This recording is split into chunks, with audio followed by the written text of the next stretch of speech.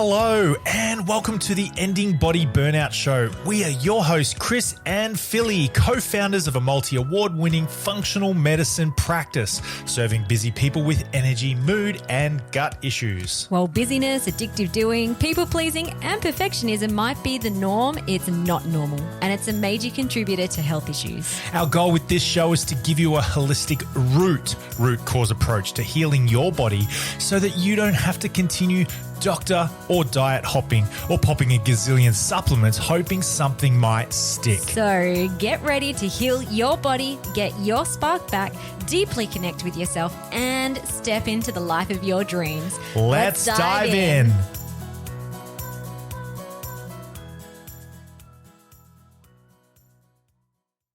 Oh, greetings and salutations. Welcome to this episode of the Ending Body Burnout Show. It is Chris and Philly here. We have got a Connect the Dots episode for you today. Now, I don't know how to pronounce this, but we're going to be connecting something that is new to me. And Philly, how do you pronounce this? Mastocytosis. Mastocytosis. Also known as mast cell syndrome, which will probably be more on people's awareness in terms of what mastocytosis is. Rightio. All right. So thank you so much, everybody, for joining us. What are we going to talk about first? We'll bring this up. Yeah. So I mean, if you have been listening to our podcast for a while, I'm sure you would have heard of Connect the Dots. But for those who might just be joining us just for this episode, welcome. We run different types of episodes on our podcast. It's almost kind of like a TV show, really. Different themes, TV show.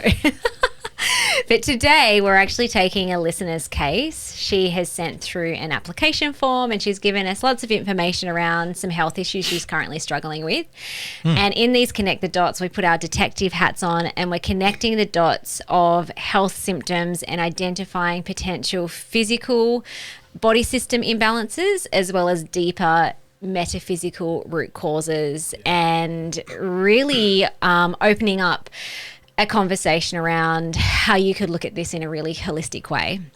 So we are going to be focusing on health anxiety, a body that is very hyperreactive, and mastocytosis or mast cell syndrome. Thank you so much for sending in your case and letting us investigate this on our podcast today.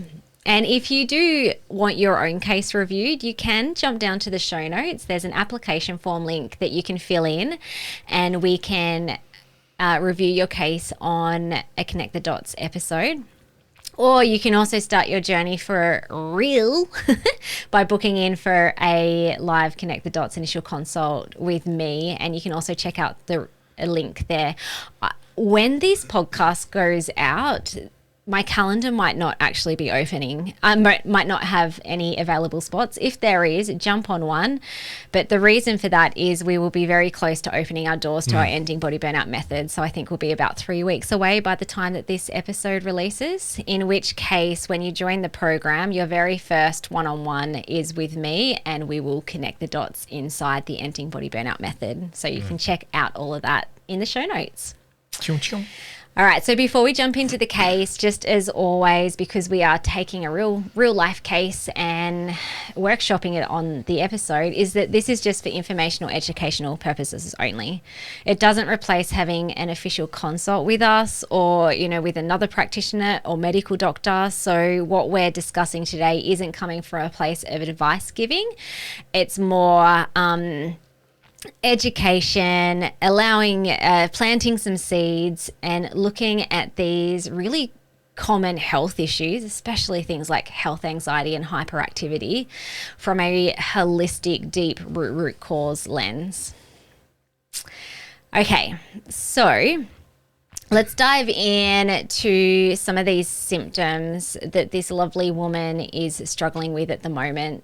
So she did mention that she has health anxiety, and she feels like this manifests as psychosomatic type symptoms. So one day she'll wake up with heavy legs, the next day she'll feel short of breath, the next day she'll feel numbness, the next day she'll feel shaky and her heart will be racing, although she said she's almost conquered that one, so that's awesome. This also, or some other symptoms that can show up are brain fog, lightheadedness, and she said she also has a lot of allergies due to the condition mastocytosis that was diagnosed in 2016. Now, in her words, she says, I deep down believe that I don't have this, or that I can beat this, and that I can live normally again. But with all my research and trials, my blood tests still show elevated tryptase, which is part of the condition, and I have the mast cell spots on my skin to confirm. So we'll dig into that from a belief point of view later on when we get to the metaphysical root causes. But that's, I love that she wrote that. I deep down believe I don't have this. However, there's like evidence too that's showing that my body has this. What do I do with this information? She also said that her anxiety and her allergic responses closely mimic each other. So it sounds like they're happening in tangent. If she's feeling really anxious, her body will flare up and show up as allergic responses, and there might even be something happening vice versa. Her body might be feeling very hyperreactive, and then that can set off the anxiety. She also mentioned that she's been in hospital 3 times in the last 2 years, which is, I think, just evidence of that this is quite a consuming experience for this woman. It's not just, I have a few little health symptoms. It sounds like it's really affecting her life. And the last time was in January of this year. It was and it re-triggered the bad health anxiety that she developed back in her early 20s when she had a health scare. Okay, so that's everything that's going on. Yeah, I just want to have a scroll and just make sure I've got all that. Yeah. Cool. Awesome. Okay, so when I'm working with a client and I'm having a connect the dots session with them, I always like to get an indication of when symptoms first started. So what was the onset, what was happening leading up to it and around the time, and also what the person has tried so far. So in terms of onset, in her early 20s, she woke up one morning with a very severe weird headache and difficulty breathing. And ever since then, she has had health anxiety on and off, and it's been made worse with the mast cell diagnosis in 2016. So it sounds like things started around the 20s. But even before that, I had anxiety before this and can remember when I was 16 years old being petrified of dying, going on my first plane trip. So if this woman was in our presence in real life and we had the opportunity of asking more questions, I dig into childhood as well and teen life to determine where is this anxiety coming from, and also like what patterns, what programming are you running, what was it like growing up in your family, what was school life like, because that'll give us heaps of data around what led to this point where the straw broke the camel's back, for a want of a better saying. Saying. Better stain. Yeah. Okay. And then in terms of what was happening leading up, so she said she was under really high stress before the first health scare in her early 20s. The doctor I saw said I had a bad virus. So it sounds like she had a real physical virus sickness. But then it caused a health scare. I don't have enough information around what happened with this health scare and what the doctors might have said or what her experience was, maybe in a hospital, but it sounds like there's some medical trauma there, which wired the brain to start looking for all the reasons why the body was going to get sick again or worse. And she said during this time I developed anxiety after because I lost trust with my body and my health. And this is a really key piece to this puzzle, this very small phrase, I lost trust in my body and my health, which we'll come back to later when we get to metaphysical, deeper root causes. She also mentioned that she was in an abusive relationship when she got diagnosed with the masto in 2016, and this was a really high stress time in her life. So there was also mental, emotional, life stresses and abusive trauma, which would have just caused so much heightened tension in this woman's brain and body. And we'll circle back to all of that very shortly. In terms of what she's tried so far, so again, this is another key question I always ask a new client when I'm having a connect the dots. It's like, so what have you tried so far? Because we're big fans of not reinventing the wheel. A connect the dots is really like the most valuable piece of a connect the dots initial consult when done in real time.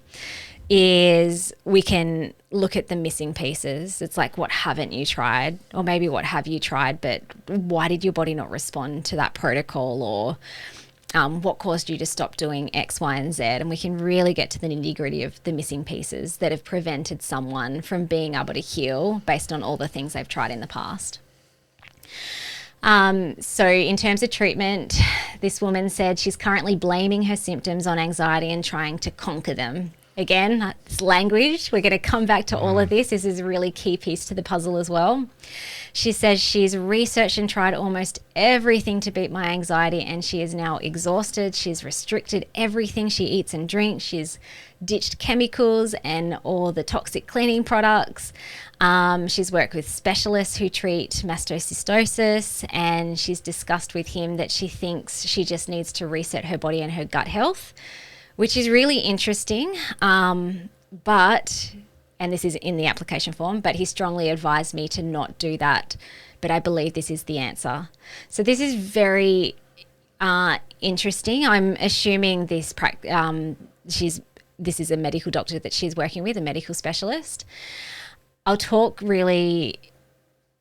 more about gut health and mastocytosis and allergies and hyperreactivity really soon. But what I wanted to mention right now is that this is a sign that this woman is listening to herself, which is great.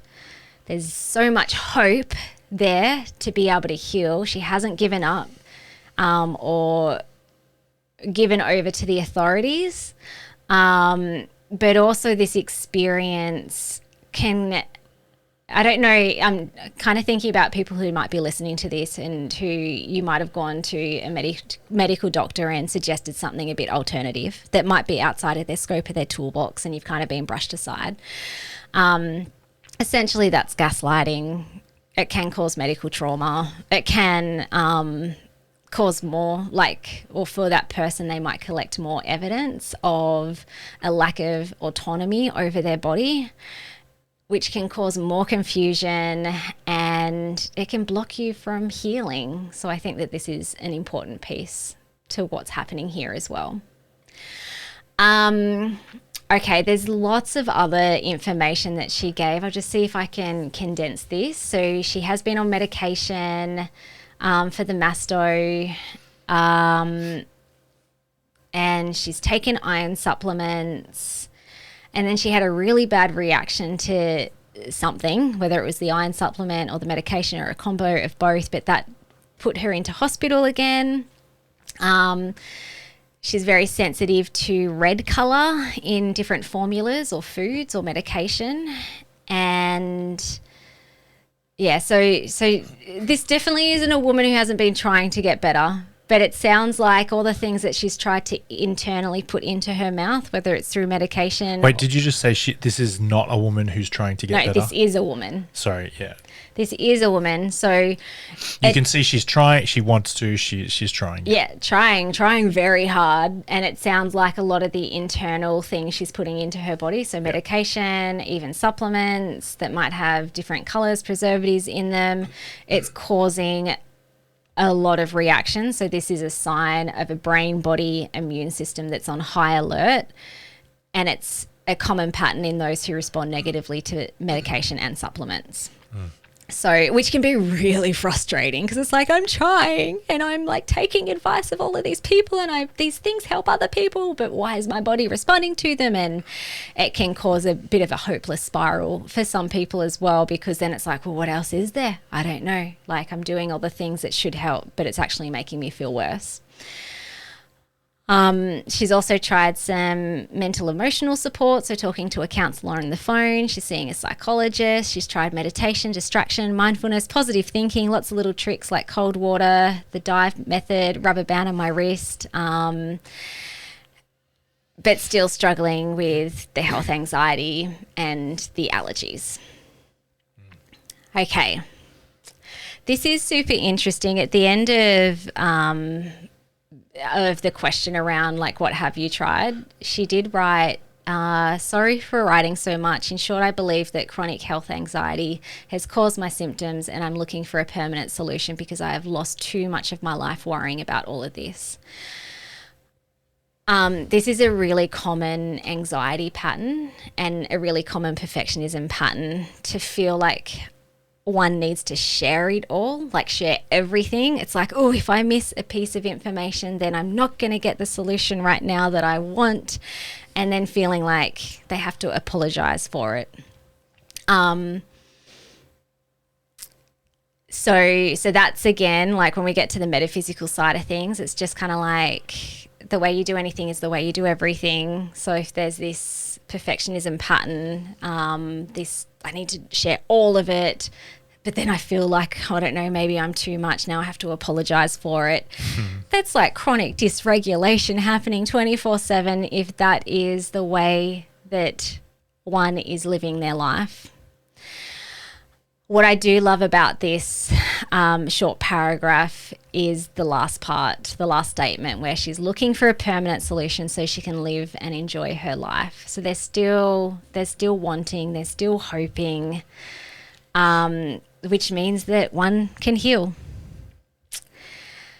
Okay, so let's break this down. So we'll look at what some physical imbalances that would be worth looking at and worth supporting that could be leading to these symptoms and conditions. And then we'll tap into deeper metaphysical patterns and programming and beliefs. And we want to end off with some really tangible things that like you could take away. And by you, we're not just talking to the listener who sent in this case. I feel like this will be, there are many things in this case that I think many people will resonate with.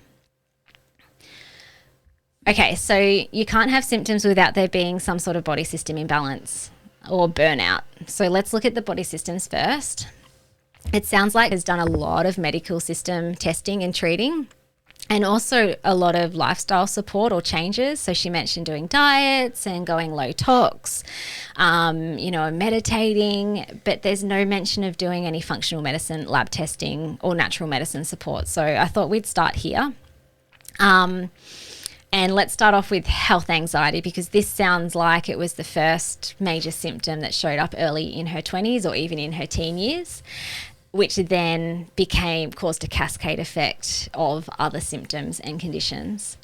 So when I think about anxiety, I always think about two main areas first. So especially for this case, so I'd be thinking about the adrenals and also the brain. So it sounds like this woman is in a very hyper-vigilant state, and it's showing up physically in the body too. So it's not just in her thought patterns, but now her immune system is in a heightened state as well, or it's tagging a bunch of stuff as unsafe and leading to mast cell overreaction. So I'd definitely be thinking about looking at the adrenals, because the adrenals are going to be secreting cortisol, which is your fight, flight, freeze, like your stress hormone, and also DHEA, which helps to balance and regulate cortisol. And so if there is adrenal fatigue, then it can exacerbate health anxiety or anxiety in general, because your physical part of you struggles to self-regulate if those hormones are out of whack or really depleted.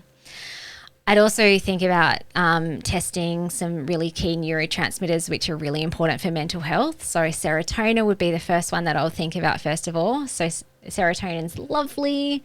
It's for safety and peace and calm and having really good restorative sleep at night. And if that neurotransmitter depletes, then you don't have that lovely brain chemical to be able to compensate when you're feeling stress. So it's almost like something stressful might happen, whether it's perceived or real stress or something inside or outside of you. If serotonin is really depleted, then it's really hard to just kind of like, I don't know, reframe or thought pattern your way out of the experience of feeling unsafe.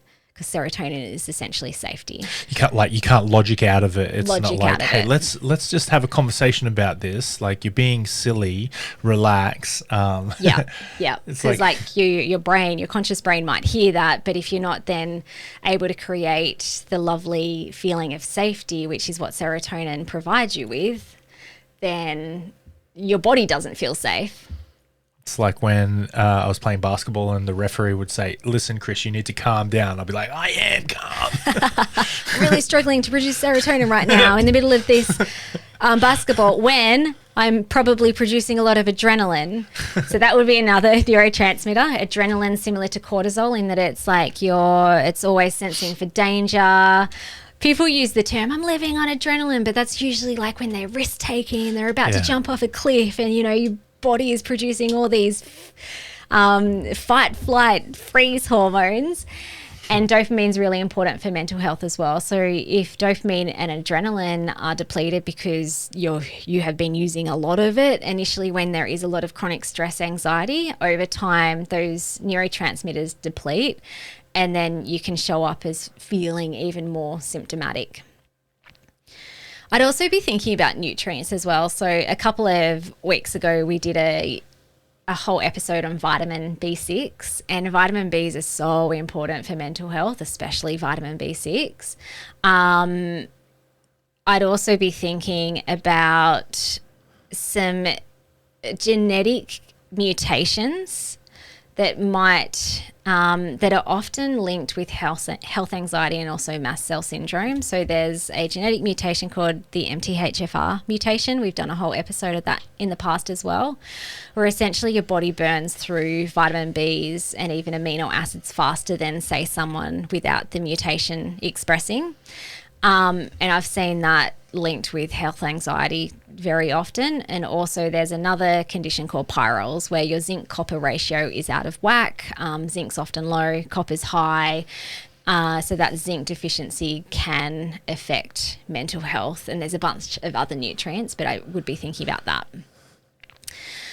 The next area of the body would be the gut. So we have our beautiful gut and our beautiful brain, and there is a nerve called the vagus nerve that runs from the brain down to the gut, and it's essentially sending signals back and forth from gut to brain, gut to brain. So if there's anything dysbiotic in the gut, nasty pathogens overgrowing, leaky gut, inflammation in the gut, that will be sending constant signals 24/7 to the brain, which can exacerbate and cause things like anxiety. And I don't want to say, well, that's just the only thing, because we also know there was relationship abuse, there was health or hospital medical trauma. Like, there's a bunch of other real life stuff that has happened in the past too. But I think about all of these imbalances, inflammation and stressors as a stress bucket. So if the stress bucket gets too high because of all the different things that are happening inside of you and outside of you, then at some point it's going to show up as symptomatic. So they're the core areas I'd look at from a physical point of view for the health anxiety. And all of these are going to link to the mastocytosis or the mast cell syndrome and the allergies that she was mentioning and the hyperreactivity that her body has against supplements and medication. Her gut feeling that it's connected to her gut health is probably correct. I think I would be very surprised if there wasn't something going on in the gut that is affecting this condition. So for those who don't know much about mast cell or mastocystosis, like Chris. I was like, yeah, that's me. So this is... Although I'm not 100% in that camp because I did a little bit of reading on this. Well, I think the more I talk about it, the more you'll actually recognize that... Little army of defense mechanisms in your body. You do know more than what you know. Than what you think you know. Yeah. Yeah. So I just like to break it down into the Chris caveman style. Well, let me give you my scientific explanation, and then you can break it down even further if it's not broken down enough. Yeah. So basically, it is a rare disorder. It's characterized by an abnormal accumulation of mast cells in one or more organs. So these mast cells, which are normally part of the immune system, can accumulate in the skin or the bone marrow or other organs. And mast cells are essentially little immune cells. We all have them. It's not everyone has them. It becomes an issue when your body's producing too much of them. And the mast cells, so they're part of your immune system. They're also your body's alarm system. So they're always looking out for harmful invaders, like first and foremost, viruses, bacterial pathogens, parasites. And when they recognize something harmful, they send out signals that open up your blood vessels and fill your tissues with fluid and cause your muscles to contract in your GI tract and also your airways. So sometimes they are activated when they actually shouldn't be, or too activated for too much of the time in compared to a body that has healthy mast cell activation. And a really common symptom of this is allergic type reactions and other hyperactive immune responses. So essentially it's an autoimmune condition where your immune system becomes over-reactive and it's tagging things as unsafe. Now, it might be tagging a bunch of things that are unsafe as unsafe, like, parasites, for example. But what happens with mast cell syndrome is that it becomes over-reactive. So it actually starts tagging things that are fine, that are safe, as unsafe. And that's where people can start developing reactions to things like healthy foods, especially like foods high in histamine, supplements that your body clearly needs on a lab, but why are you not responding to them in a positive way? Stuff like that. So it's very closely associated to histamine intolerance, but it's kind of like histamine intolerance on steroids, where your body's producing too much histamine. Is that caveman appropriate, or do you want to break it down even further? What I would do, you tell me if this sounds caveman-y. I would say, a little militia in your body. Mm-hmm. Little bunch of Minutemen who can spring up at any time. You live with them all the time, and then at some point when you need them most, they jump up and they go, we need to protect, we need to serve, we need to make this okay. And if I've often done this in my imagination, like if there was a zombie apocalypse, what would I do in my community? I would barricade this entrance into our town, and I would blah blah blah, and I would set up defense systems and crossfire and blah blah blah. Your mast cells do the same sort of thing in your body. Perfect. Yeah. Yeah. Zombies and militia. Yeah. Found its way into this podcast. Yeah. Excellent. And it's just now dysfunctional rather than appropriately tagging unsafe things as it's unsafe. like that movie Civil War. You probably haven't seen it, but then they took it to the extreme. Yeah. Yep. You're just yapping with me, but yep. I don't know what you're talking about. Oh, how the tables have turned. Okay, so some common symptoms of mastocytosis. It can show up in the skin, so people can feel itchy, flushing hives, reddish-brown spots or patches, which is what this lady was referring to. Can often show up in the gut as well, because the gut houses a bunch of mast cells as well. So abdominal pain, diarrhea, nausea, vomiting, really common. It can show up in the musculoskeletal system, so you can have muscle aches, bone pain. It can also show up in your mental emotional health, depression, mood changes, problem concentrating, anxiety, and also a bunch of other things too. So anemia can be associated with this condition, bleeding disorders, enlarged liver or spleen, and in some severe cases, people can have anaphylaxis. So that's a severe allergic reaction. And not everyone with mast cell syndrome has all of these symptoms, and some people do.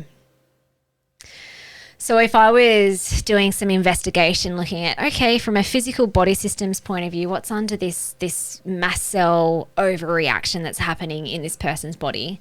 So there is a really strong link between stress, trauma, and nervous system dysregulation heightening the immune system, leading to a mast cell overproduction. So I feel that definitely on the money in terms of feeling like her anxiety is triggering the masto symptoms. Triggering. You got the triggerlings. Slow my speech down.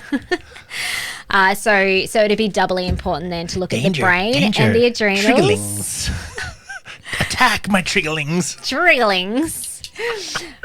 Anyway, so it would be doubly important to look at the brain and the adrenals and nutrients that support mental health. So not only would this support the health anxiety, but it would then down-regulate the nervous system, and the immune system can settle down. So then by default, it's going to help with the overproduction of histamine. There's also it's research that histamine, or when you're stressed, you actually produce more histamine. So there's definitely a link there. Yeah, you need to change from histamine to histabeing. I think you're getting tired. Do we need to wrap this up and continue later? I love it. Okay. Because it makes more sense. You're being histamine to yourself, and you need to be more histabine. I don't get it. Mean, MEAN. Histamine to histabeing kind. Okay, gotcha. Now I get it. Come on, guys. Gut health would also be really important. So 70 to 80% of your immune system is in the gut. So the health of your immune system is going to be dictated by the health of your microbiome, so all your beneficial bacteria, and also your secretory IgA, which can be tested for in a stool test. Your secretory IgA, or the short acronym for that is SIGA, is basically, it lives in your soft mucosal tissues in your gut lining, as well as other soft mucosal tissues in the rest of the body. So if that's really depleted or hyperactive, then that's going to be impacting the mast cell activation. And then inflammation will trigger an immune response as well. So from a gut perspective, I think about different pathogens, parasites, worms, viral pathogens, small intestinal bacterial overgrowth, leaky gut. All of these imbalances in the gut are very inflammatory. So if there's that happening in the gut, then it's just putting more pressure onto the immune system. And when that can be addressed, then the immune system can start settling down. There's also different gut imbalances that can produce more histamine. So if someone has a candida overgrowth, for example, or small intestinal bacterial overgrowth, these pathogens produce histamine. Now, if they're just in small amounts in your gut, it's fine. You're kind of just pooping them out. But if they're high, then your body's producing more histamine. Well, the bugs in your body, are producing more histamine, as well as your own cells are producing histamine. So any way that we can get that histamine load down, the better.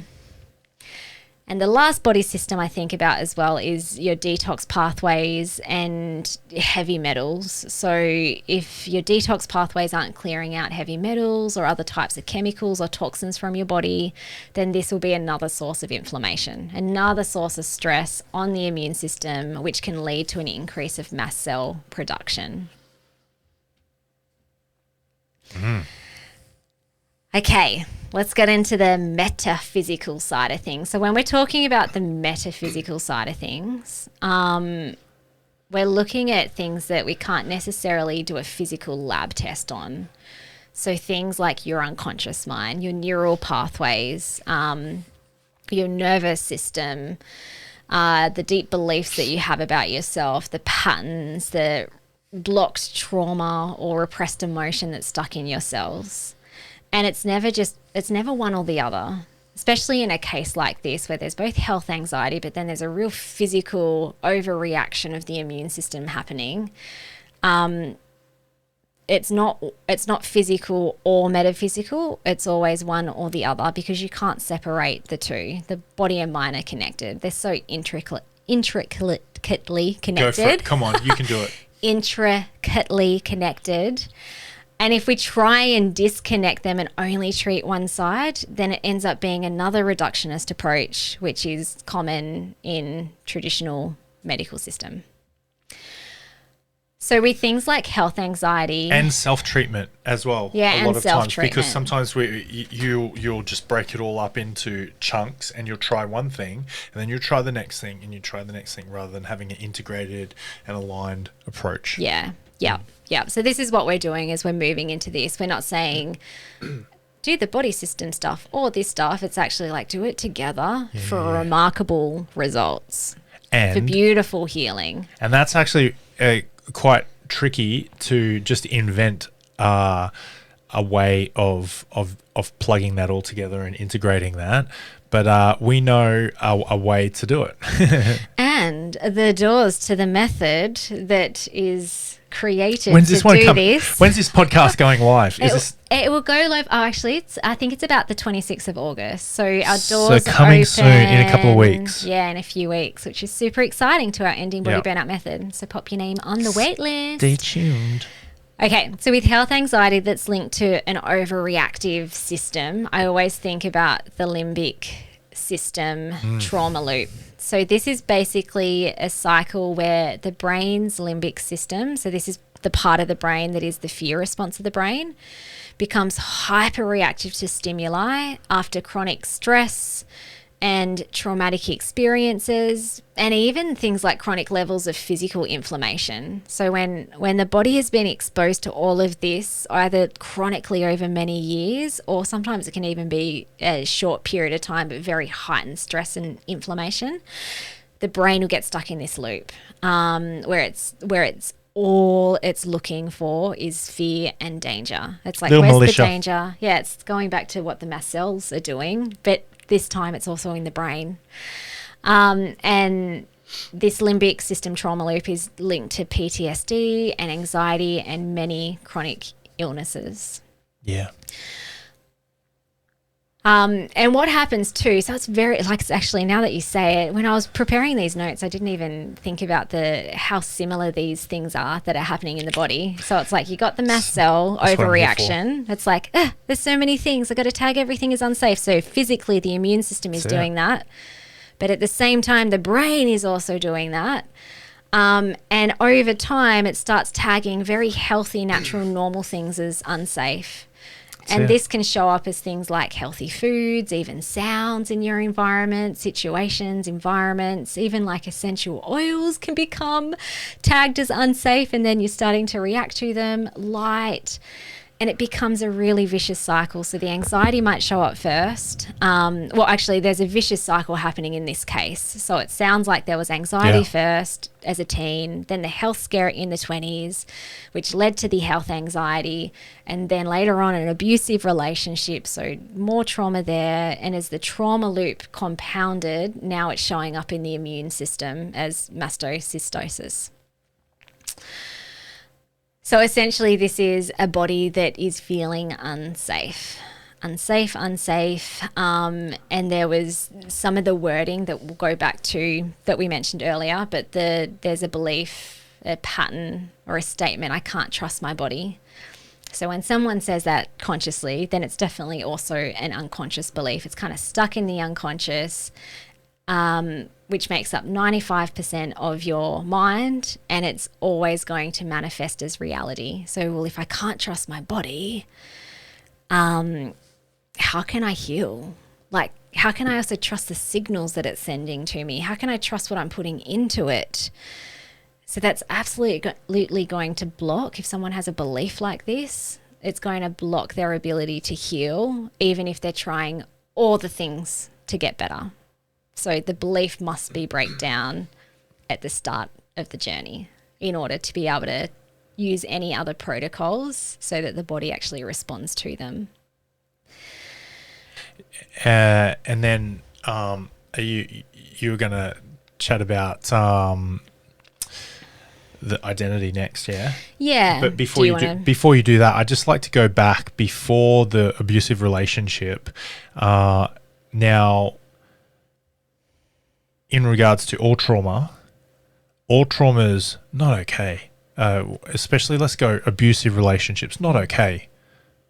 Not cool, not great. And it's such a hard thing to go through. And I just want you to know, it as hard and as awful as these traumatic experiences are, whatever they are, pick anything that anybody might go through. It's not happening now. It's a part. It has happened. It's back then, yeah. Unless it's a pattern that's continuing. But let's just say in this example, like it's something that's happened. That event and time and those experiences pale in comparison to the repeated accumulation of times where you've said really hard and traumatic and abusive things to yourself about yourself unconsciously.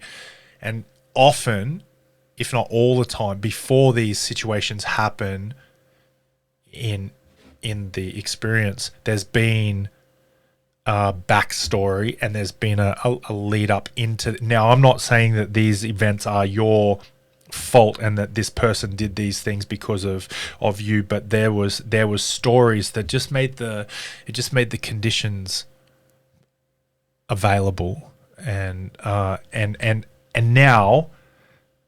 you might not be able to go back and change the actual experience, but what you can definitely do is you can change your relationship with yourself. And instead of, where do I want to finish this one? Yeah, let's finish it at that. You can change your relationship with yourself, and you can go back before this abuse and before this trauma, and you can look at the relationship that you had with yourself, and you can go there. Because that's something that you are still rolling with, and you can change that. You can work on that. And therefore, you start to see this experience differently.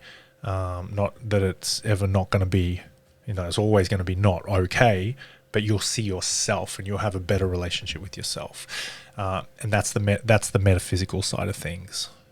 Yeah. So we go very deep and holistic when we work with our clients inside our ending body burnout method to rewire. So always looking at beliefs. And I just pulled out that little saying, I don't trust my body. So that's a belief, a story, but there's going to be an identity-based belief underneath that as well. So like an I am statement. And because I am this, how could I ever trust my body? So we want to rewire at an identity level who you are, because if you identify as someone who can't trust your body, or you identify as someone who is sick, who is stuck, that is where you will remain. So really working at a deep unconscious level to rewire this and to separate yourself from your illness and from past events that have happened in the past as well. And then rewiring past distressing events as well. So as Chris said, you can't go back and change the actual event, but you can absolutely change how your system's holding on to it. Yeah. There's so much within your power to be able to reimagine, rewrite the story, to let it go. It's not holding on to you, you're holding on to it. And so there's a beautiful process that you can follow, where you can finally let it go and it's no longer part of your story anymore. I mean, it's just a shadow in the past, but it's not affecting your physiology and your mental health anymore. There's been something recently in my life that I don't think I've told you the exact dates, Phil, but where there was an experience that was really traumatic for me to go through. I've had new perspective. The situation wasn't okay. It wasn't right. It was really awful. But then unconsciously, I carried through those beliefs. And I think recently I had just a different perspective on this situation, people that were involved, and especially around myself. And it just became just another little piece. So there's always some sort of different belief at an identity level that you can have, and over time you can have shifts in perspective about it.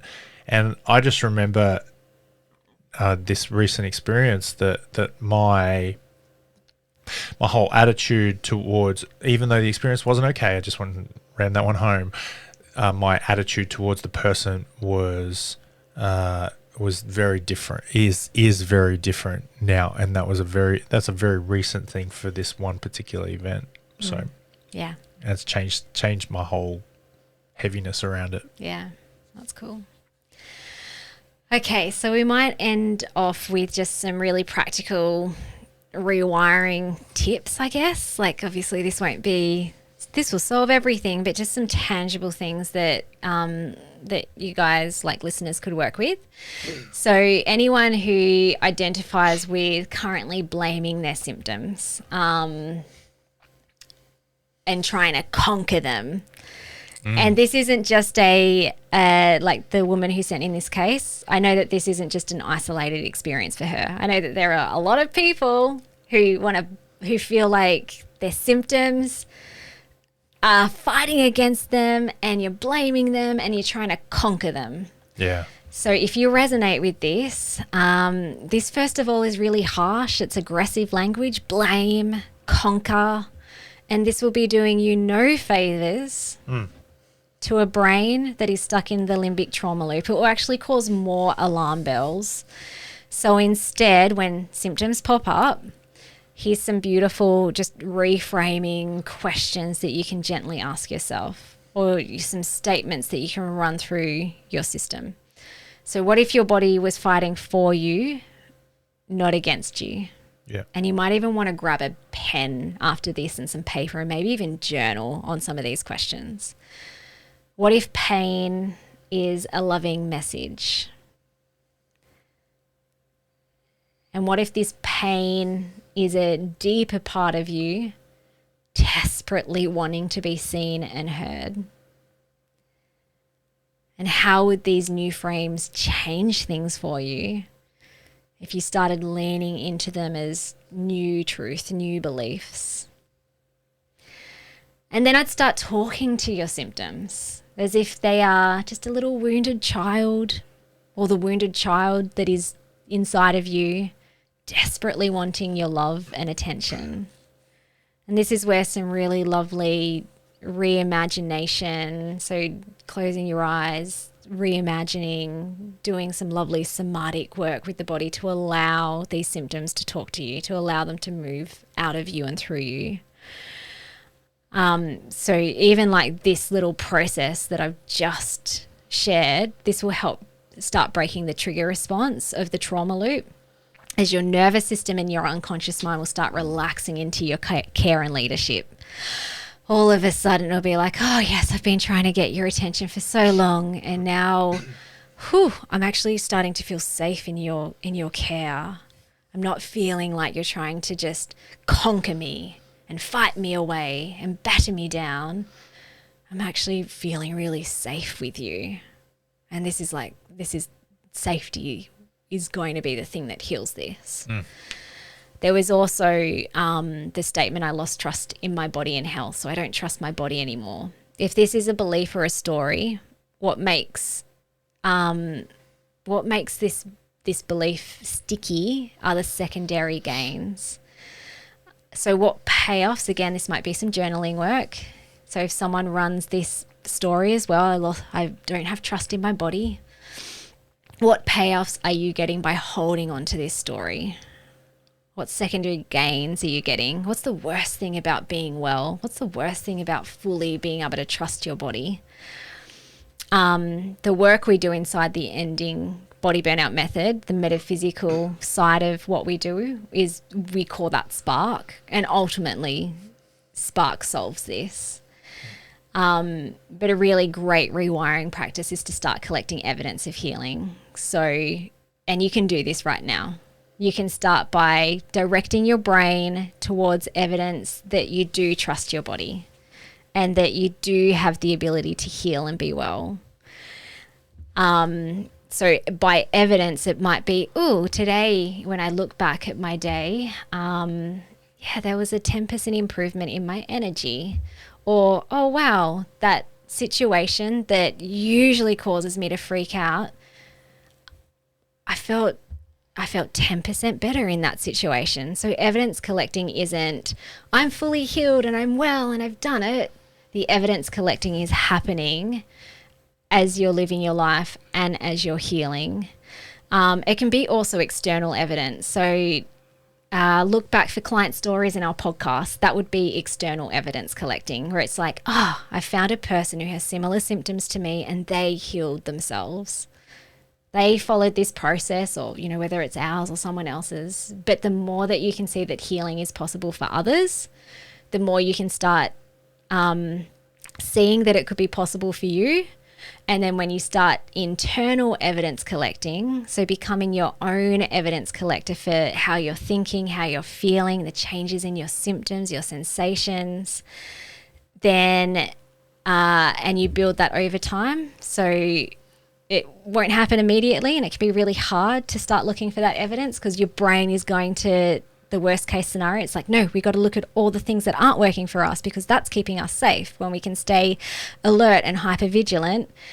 But the more that you can focus on looking for how you are healing and you can feel it, then your brain's going to look for more of that evidence, and then it becomes your physical reality. I have two little tidbits here, and one is just before you try and push these sensations, symptoms away, sit with them in curiosity and concern and care, compassion, not condemnation.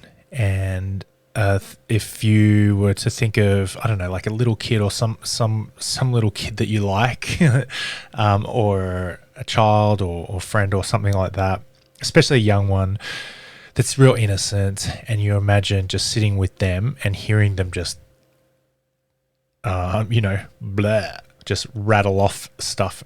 Just hear them, just as you would the little kid, with compassion and care and curiosity. Just hear them out, and don't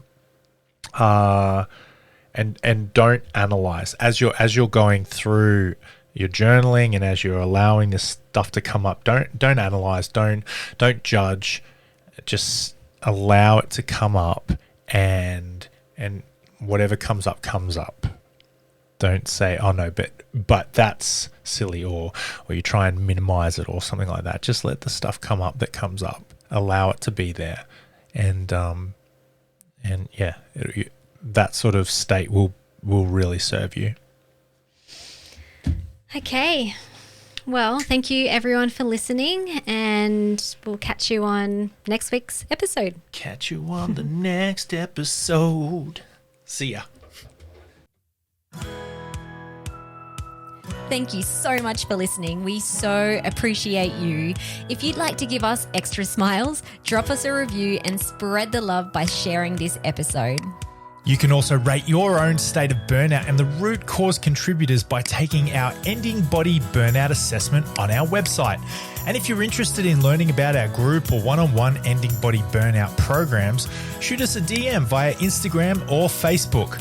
Have the best day ever.